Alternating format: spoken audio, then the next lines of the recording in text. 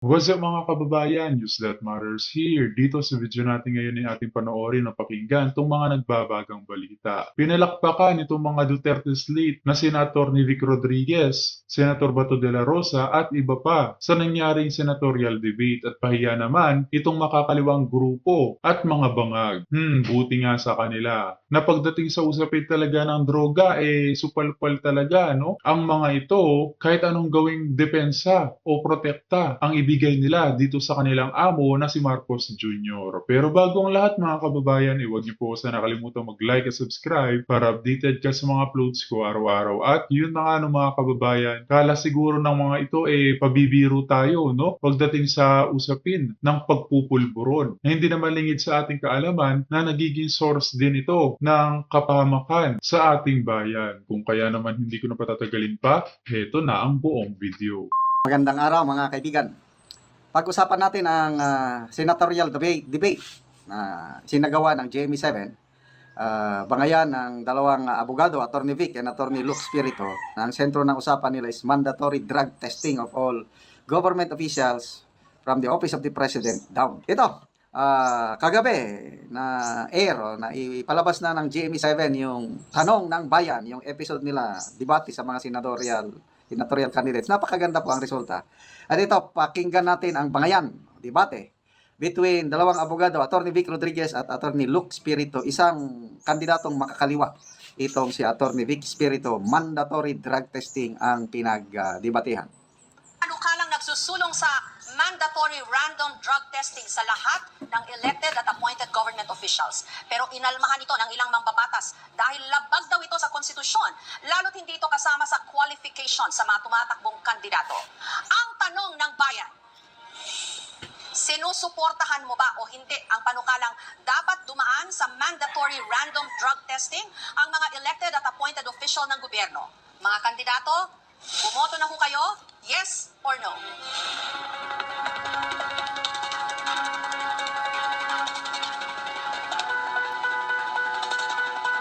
Dalawang abogado naman ang magtatapatan, sina Attorney Vic Rodriguez at Attorney Luke Espiritu. Ako po ay sang-ayon na sa mandatory drug testing sa lahat ng elected and appointed officials sa gobyerno bilang pagtugon sa Article 11, Section 1 of our Constitution that public office is a public trust at dapat lahat ay may accountable sa ating mamamayang Pilipino.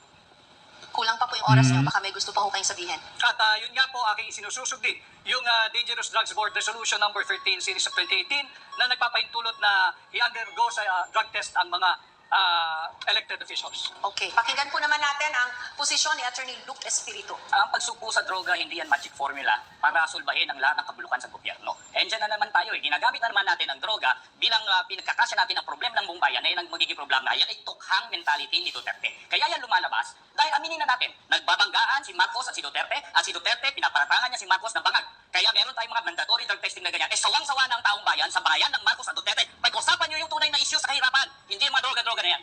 May sagot po ba kayo doon? Kinakailangan malinaw sa atin. Bakit ang mga security guard bago Yun. sa trabaho kinakailangan sumailalim sa drug testing? Ang pagiging opisyal ng gobyerno, ikaw ay humihipo ng pera ng mamamayang Pilipino. Higit na mataas dapat ang standard natin sa mga naglilingkod sa gobyerno. Yun, pinalakpakan. Espiritu, Bakit hindi tayo magkaroon ng competency test, integrity test, honesty test, at mahigit sa lahat, pro-masa test? Dahil yun ang mas importanteng mga issue sa ating bansa. Yan ba yung bangayan ni Marcos at ni Duterte? Yan ba may kinalaman yan sa sahod na hindi nakabubuhay ngayon? Yan ba may kinalaman sa kontraktualisasyon na nagpapahirap sa ating mga manggagawa? Yan ba may kinalaman sa kahirapan? Yan ba may kinalaman sa presyo ng mga bilihin? At yan ang mga nararamdaman ng taong bayan sa ngayon, hindi yung bangayang Marcos at Duterte. Ang usaping droga ay hindi bangayan ng dalawang nagbabangga ang pamilya sa politika. Ito ay tunay na nangyayari at nagaganap sa ating bansa. Kaya ako ay naninindigan na dapat sumailalim ang lahat ng opisyal ng pamahalaan at simulan natin sa tanggapan ng Pangulo. nung kayo po ay nasa Malacanang, Attorney Rodriguez, mawalang galang na po, nagpa-drug test po si President BBM nung siya po ay na-put under question dito ho sa isyung ito. And there were people questioning the veracity ng kanyang drug test results. I agree, Ma'am Jessica, no? Subalit, kaunting pagtatama lamang. Yung drug test na ipinakita, that was during the campaign period, sometime November of 2021. Doon namin ipinakita yung negative drug test. Subalit, nagpapatuloy yung issue ng paggamit ng droga ng mga matataas na opisyal ng ating pamahalaan. Para matapos na ang istorya nito sapagkat ito'y interes ng lahat ng Pilipino. Sumailalim na sa isang open, fair, transparent, and credible hair follicle drug test ang lahat. Yun, palakpak na Yung naman. drug test po ni President BBM noon, hindi po hair follicle test yon. Hindi ito hair follicle test. Okay, now you want him to undergo that test. Para matapos na yung usapin kung sino ba talaga ang gumagamit ng droga. Kinakailangan pagbigyan natin, again ulitin ko, public office is a public trust, malinaw yan sa ating saligang batas, Article 11, Section 1. At karapatan ng bawat Pilipino, lalo na ng mga kabataan, malaman kung tayo ba'y pinamumunuan ng isang taong may tamang pag-iisip. Oh, palakpak na naman.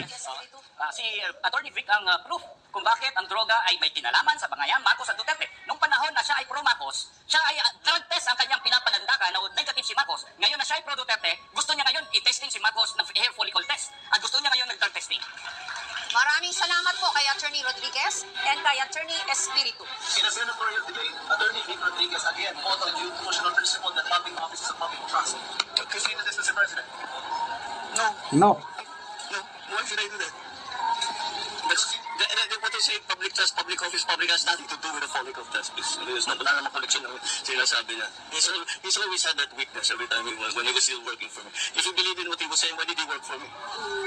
Sunod na issue na po tayo. May Grabe ang sagutan ni Atty. Vic, mga kababayan. Tama nga naman, ang mandatory drug test hindi naman usapin patungkol sa bangayan nila Duterte at Junior, no? Kundi para malaman ng taong bayan kung sino ang mga politikong dapat suportahan, no? Tulad ngayon, mga kababayan, natauhan na ang mga Pilipino sa pagkakaroon ng pulboronic na leader, no? At ayaw na nilang maulit ito. Okay, so anong masasabi nyo? Kailangan bang magpa-drug test lahat ng elected public officials? Comment. Sino Dapat na. ang tingin nyo na mas magaling sa pagsagot? Attorney Vic versus Attorney Espiritu. Binasa ko ang mga comments. Maraming pumuri sa magandang sagot ni Attorney Vic. Maraming nagsabi sa mga comments na they will vote for Attorney Vic Rodriguez. Maraming mga kandidato na pinagpares-pares, pinagdebate. Ang unahin natin yung debate ni Representative Franz Castro at Senator Bato de la Rosa na kung saan grabing pinagtawanan ng audience o napahiya itong si Representative Castro dahil sa magandang sagot. Back to you. Binanatan ni Senator Bato itong si Congresswoman Franz Castro. Okay, pakinggan natin yung debate. may sapat na basihan para kasuhan si dating Pangulong Duterte dahil sa di umano'y crimes against humanity sa kanyang drug war. Pero sabi ng kanyang mga kaalyado, politically motivated ang rekomendasyon ng Quadcom. Ang tanong ng bayan, dapat bang sampahan ng kaso si dating Pangulong Duterte o hindi? Para sa lahat ng mga kandidato, itaas na po ninyo ang inyong mga boto, yes or no.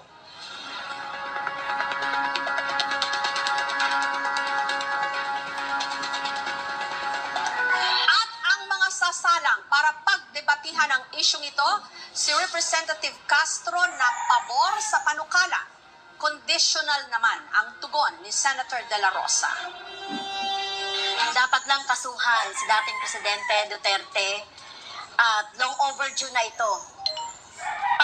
Pati yung mga kasapakat niya at nag-utos sa pagpatay sa war on drugs.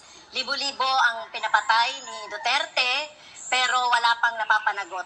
Kaya kailangan talaga ng hustisya ng ating ng ating mga mamamayan. Sinasabi natin dito na dapat ay yung kaso na ito ay matagal na, pati na rin, siguro. Senator De La Rosa? Ang sagot ko dyan is conditional, hybrid. Pwedeng yes, pwedeng no. Yes, in the sense na nobody is above the law. Kapag mayroon siyang nagawang kasalanan, kasuhan natin.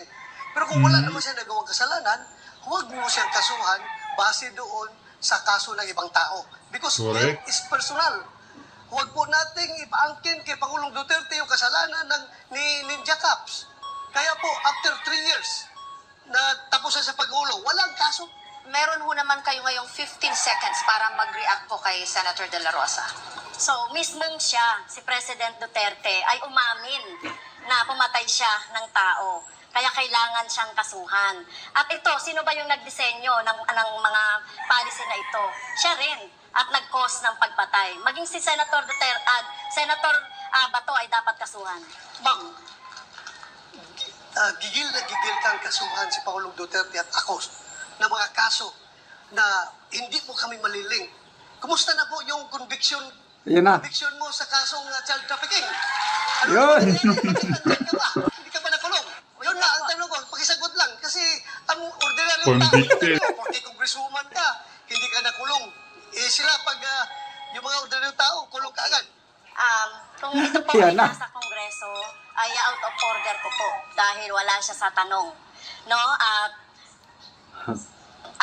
ang ginawa po natin na pagre-rescue, tama lang po yung ginawa ko na pagre-rescue sa mga teachers, sa mga bata na biktima ng mga harassment, intimidation at threat doon sa sinasabi ni Senator Bato na kaso. So, kung sino mang mga teachers gagawin yon, no, yung pagtanggol at sagipin yung ating mga teachers at mga estudyante. So, tingin ko po ay walang mali doon sa ginawa po natin doon sa kaso. Kung walang mali, Franz Castro, bakit ka na-convict? Bakit ka na-guilty? Huwag mo kami idaan sa fake news mo ha. Ang kwento mo na sinusuportahan mo ang mga komunistang grupo. Now, Senator Anyway, ayun. Di ba, ang galing yung banat ni Senator Bato? No opinion na, kumusta yung conviction mo? Bakit nakalabas ka pa? Dapat nakakulong ka na. Halos nanginig ang boses. Hindi inaakala ni Congresswoman Castro na ganon ang isasagot ni Bato de la Rosa. Kaya, good job po, Senator Bato. Ito, yung depensa ni Congresswoman Castro, rescue daw. Ay, nako. Ako, may personal experience ako yung mga ganyan, yung mga estudyanteng katutubo. Nung panahon ni Gloria Macapagal Arroyo, Aquino, then Duterte, laganap po yan, yung mga eskwelahan sa bundok, run by leftist, run by itong mga grupo ni Castro. Dahil walang eskwelahan ng gobyerno sa bundok ang nagtuturo sila, mga leftist. Tinuturoan talaga ang mga bata na labanan o magrebelte against the government. Kaya pag upo ni PRRD, pinasara niya lahat ng mga eskwelahan ng mga leftist sa bundok. So itong nangyari kina Congresswoman Castro, tinakas nila, kinuha yung mga bata, dalhin sa isang lugar para turuan. Kaya yun, nahuli sila. So, ano yung tinatawag niyang rescue? Nga, mismo ang mga tribal leaders, mga parents, ang nagreklamo.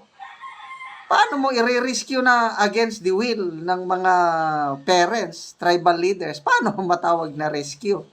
Anyway, ayan na, nagdesisyon na ang Regional Trial Court. Ngayon, on appeal. Hintayin na lang po. Yan po ang proseso natin, naka-appeal. Kaya hindi pa siya nakukulong kasi due process, hintayin natin ang desisyon ng Court of Appeals and even the Supreme Court.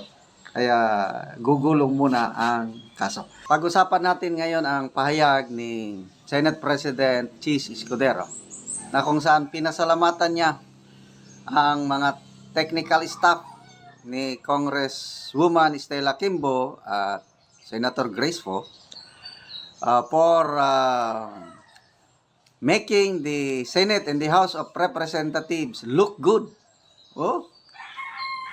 Okay daw ang image, look good daw ang image ng Senate at House of Representatives. Okay. I-advertise ko muna. Meron tayong stock ng dark chocolate ngayon. Ito. Napakasarap. Kaya ngayon, ito ang aking kinakapi ngayon. So, dito lang kayo mag-order. First come, first serve basis. 0916-9000-997. Hindi po ako ninegosyo nito. Dahil nasarapan ako, sinishare ko na it's good for my health.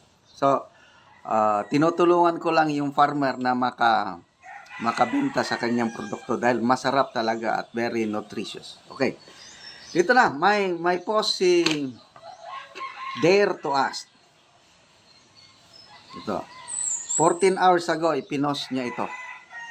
Basahin ko ha. Sabi niya, sauce, cheese, escudero. Kaya no wonder, Bicol region remains to be one of the poorest regions in the country. And Sorsogon, where you are from, the poverty rate is still sadly high. Words and actions should be consistent, Mr. Senate President. Hindi dinadaan sa pagtutula. Sabi niyo, pag magsalita si Senator Escudero, gandang pakinggan dahil parang ang makata. Look good kayo. Ito na, yung look good daw eh.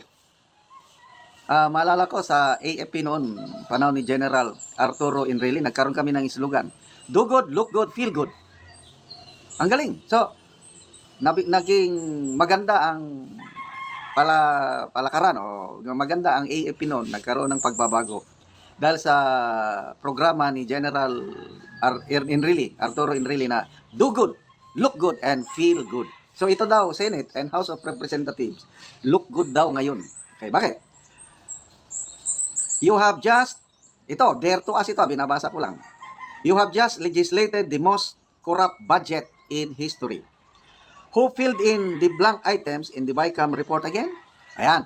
And then, ikinote ni dare to ask yung mga statement ni Senate President nung hindi pa nabulilyaso, nung hindi pa na isiwalat yung blank items. Ito ang sinabi niya noon. Ngayong, natapos na natin ngayong araw ang reconciled and consolidated version ng proposed 6.352 trillion national budget for 2025. Malalagdan na ito ni Pangulong Marcos bago matapos ang buwan. So that was December. Ito, walang budget na perpekto. Ito, salita ito, statement ni Senate President. Walang budget na perpekto. Nag-a-apply dito ang isang simpleng prinsipyo na zero-sum game. Hindi natin madadagdagan ang gustong dagdagan kung wala tayong ibabawas. Kaya nga dagdag bawas eh. Hindi tayo pwedeng maglagay kung wala tayong pagkukunan. At the end of the day, our basic job as members of Congress in governing is allocating scarce resources. This is what we attempted to do. As best as we can, we allocate scarce resources in accordance with the plan of the President. Diyan tayo magbigay ng reaksyon mamaya, yung plan of the President. Nais kong, ito na, nagpasalamat na. Nais kong pasalamatan ang staff ng Committee on Appropriations and staff ng Committee on Finance ng Senate of the Philippines. Ang responsibilidad at bigat ng trabaho ay sila naman talaga ang bumabalikan. Maraming salamat. Yan na. Po sa pawis, sa luha at sa pagod. Thank you very much. Yan na. For making the members of the Senate and the House of Representatives look good. Yan na. Dahil daw sa sipag, pawis, tiyaga, overtime ng mga tauhan ni Senator Grace Poe, Congresswoman Stella Kimbo, saldi ko pa noon, hindi pa nagre. Grabe naman kasipsipan yan, Senator Chis Kilay. Kulang na lamang dilaan mo sa puwet ang mga bangag. Magkano bang binayad sa'yo? Ba't ganyan ka magsalita? At may look good ka pang nalalaman dyan. Resign. Ano daw? Natapos ang budget. Tapos, dahil sa trabaho nyo, you made the Senate and the House of Representatives look good. Tanong, look good ba ang Senate at House of Representatives ngayon? Na tinagurian na most corrupt budget. Sinong nagsabi niyan? Ito na, pinakalites nagsabi. Si Senate President, ex-Senate President Franklin Drilon. Sabi niya, in my 24 years as a senator, this is the most corrupt budget that I have ever seen. Grabe, matindi yun. Yun na pa. Yung sabi ng Senate President, si Senator Escudero, sabi niya, we allocate scarce resources in accordance with the plan of the President. Sabi ni Senator Drilon, wala na daw yung National Expenditure Program ng gobyerno. Wala. Hindi na makita. Chinap-chap, mangled. So ano yung sinasabi ng Senate President na yung budget na ginawa nila is in accordance with the plan of the President? Kahit si Senator Amy, yan ang reklamo niya. Tinanggal nila ang mga pet projects ng aking kapatid. Yung gusto niyang gawin, wala nang pundo.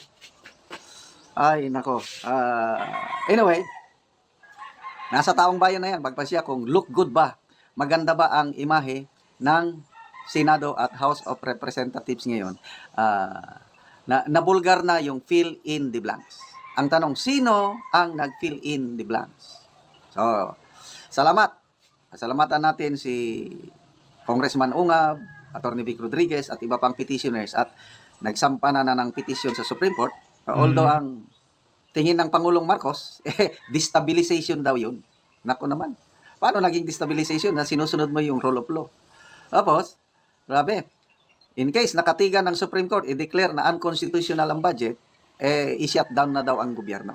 At yun na nga mga kababayan, narinig natin itong mga nagbabagang balita sa oras na ito. As always mga kababayan, kita na lang ulit tayo sa ating next vlog. Huwag niyo po sana kalimutan mag-like at subscribe para updated ka sa mga uploads ko araw-araw. Maraming po salamat mga kababayan. Ingat and God bless.